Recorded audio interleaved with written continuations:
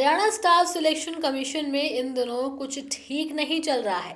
इस कमीशन से 2 सदस्यों ने इस्तीफा दे दिया है, लेकिन चौंकाने वाली बात यह है कि इस्तीफे के बाद भी ये दोनों रोजाना दफ्तर आ रहे हैं और सरकार की ओर से अभी तक ये साफ नहीं किया गया है कि इस्तीफा स्वीकार होगा या नहीं। इस पूरे मामले से प्रशासनिक गलियारों में भी चर्चा है कि अगले 3 से 4 दिनों में हरियाणा सरकार इस पर एक बड़ा फैसला ले सकती है। लेकिन आखिर क्यों इनके इस्तीफे को लेकर के इतना सस्पेंस बना हुआ है, क्या कारण है इस्तीफे का, और अपने इस्तीफे के बाद भी ये 2 सदस्य दफ्तर क्यों आ रहे हैं, तमाम सवालों का जवाब जानेंगे अपनी इस रिपोर्ट में।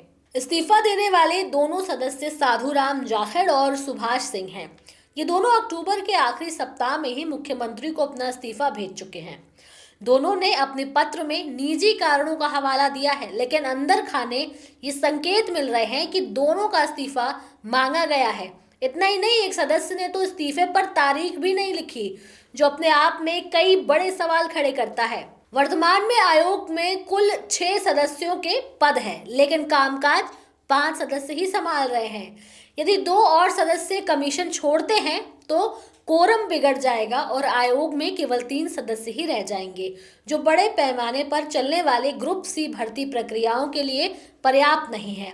इसलिए इस्तीफा सिर्फ 2 व्यक्तियों का इस्तीफा नहीं, बल्कि HSSC के भविष्य और चल रही भर्ती प्रक्रिया के लिए भी बड़ा संकट साबित हो सकता है। अब सरकारी हलकों में चर्चा है कि दोनों सदस्यों की सामाजिक और राजनीतिक गतिविधियों में बढ़ती भागीदारी इस्तीफे का एक बड़ा कारण है। ऐसा कहा जा रहा है कि हाईकमान की ओर से कई बार इस तरह की गतिविधियों को रोकने के लिए संकेत दिए गए थे।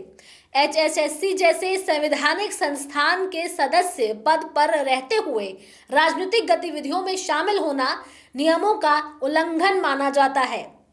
चलिए अब इस्तीफे देने वाले सुभाष सिंह और साधुराम जाखड़ के बारे में आपको बताते हैं।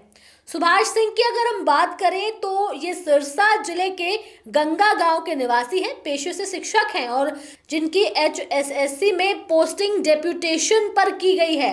इसके अलावा 2004 में INLD सरकार के दौरान JBT के रूप में शिक्षा विभाग में ज्वाइन किया था। राजनीतिक और सामाजिक सक्रियता इनके इस्तीफे का एक बड़ा कारण मानी जा रही है।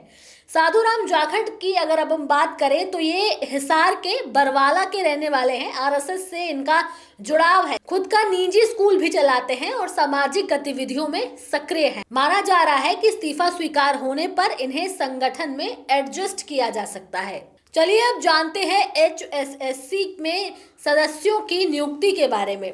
दरअसल आयोग के चेयरमैन और सदस्यों की नियुक्ति मुख्यमंत्री द्वारा गठित 3 सदस्यीय कॉलेजियम द्वारा की जाती है, जिसमें एक कैबिनेट मंत्री, मुख्य सचिव और विधि परामर्शदाता शामिल हैं। इसमें कांग्रेस सरकार के समय 9 मेंबर थे, फिर बीजेपी ने 2016 में बदले और बढ़कर 11 कर दिए। आखिर में 2021 में फिर संशोधन हुआ और घटकर 7 कर दिया गया। यहाँ अब ये भी सवाल उठता है कि अगर इनका इस्तीफा मंजूर कर लिया गया तो क्या होगा। तो सबसे पहले जिस पर असर पड़ेगा वो है संख्या। कमीशन में सिर्फ 3 सदस्य रह जाएंगे। ऐसी स्थिति में सभी महत्वपूर्ण भर्ती प्रक्रियाओं पर प्रभाव पड़ सकता है। ग्रुप सी की हजारों पदों की भर्ती देरी से प्रभावित हो सकती है। इसके साथ ही नए सदस्यों की नियुक्ति की प्रक्रिया शुरू करनी पड़ेगी, जिसमें समय लगता है। चूंकि HSSC अभी बड़ी भर्तियों की तैयारी कर रहा है, ऐसे में ये स्थिति और भी संवेदनशील हो जाती है।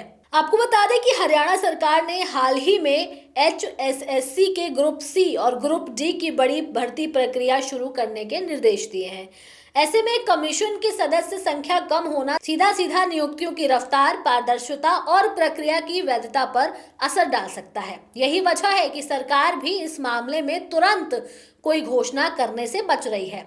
सियासी पर्यवेक्षकों का भी ऐसा मानना है कि सरकार जल्द ही या तो इस्तीफा मंजूर करेगी और नए सदस्य घोषित करेगी, या फिर दोनों सदस्यों को मनाकर पद पर बने रहने की सलाह दे सकती है। अगले 3 से 4 दिन इस मामले में बहुत महत्वपूर्ण माने जा रहे हैं। हरियाणा स्टाफ सिलेक्शन कमीशन राज्य का सबसे महत्वपूर्ण भर्ती आयोग है। इसकी पारदर्शिता और स्थिरता सीधा लाखों लोगों के भविष्य को प्रभावित कर सकती है।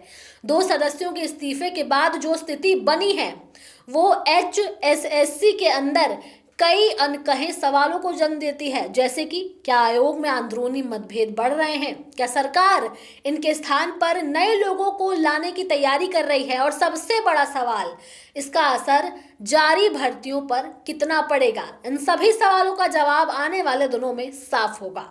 बहरहाल इस खबर में इतना ही। ये खबर आपको कैसी लगी, आप अपनी राय हमें कमेंट सेक्शन में ज़रूर दें। इसके साथ ही हमारे चैनल न्यूज़ टाइम को सब्सक्राइब करें, लाइक करें, शेयर करना ना भूलें। नमस्कार।